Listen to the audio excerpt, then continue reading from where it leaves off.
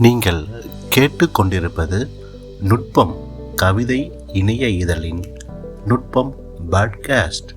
கவிதைகள் எழுதியவர் கி. சரஸ்வதி, ஈரோடு. நினைவு. பீட்ரூட் வாங்குகையில் ஒலிக்கும் பாடலில் ஏசி குளிரோடு இசைந்து வருகிறது சரோஜாதேவியின் நளின நடை. இறக்குமதி பழங்கள் பக்கம் நகரும்போது நிலவு ஒரு பெண்ணாகி வயலினில் வழிகிறது. வானல்லவோ கண்கள் தந்தது என உறுதிப்படுத்தி கொண்டு திராட்சை கொத்தை எடுக்கிறேன். பச்சை மிளகாய் பக்கம் போகையில் எம்ஜிஆர் நம்பியார் கத்திச்சண்டை ஒலி கேட்பது எனக்கு மட்டுமா? டிஜிட்டல் தராசில் எடை போட வரிசையில் நிற்கையில் என்னை மறந்ததேன் நெஞ்சமே என கதறி அழுகிறது இந்நாள் பழமுதிர் நிலையமான முன்னாள் திரையரங்கு. சிறகற்ற புள்ளினங்கள்.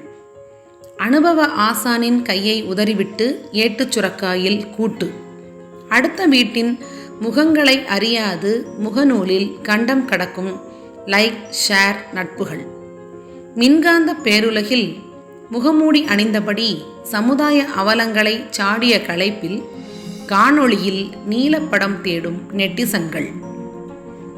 பேரறிவின் கடும் கடவுச் சொல்லையும் எள்ளி நகையாடிய எளிதாய் வேவு பார்க்கும் மென்பொருள் வன்முறை.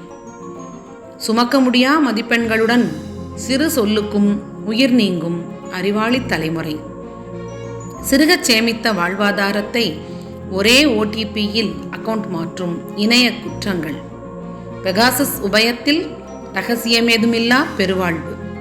பெயர் அடையாளமெல்லாம் எண்களாய்ப் போன உலகில் பொன் முட்டைகளை அவ நம்பிக்கையிடம் தொலைத்து கற்கள் அடைகாத்து கிடக்கின்றன சிறகற்ற புள்ளினங்கள்.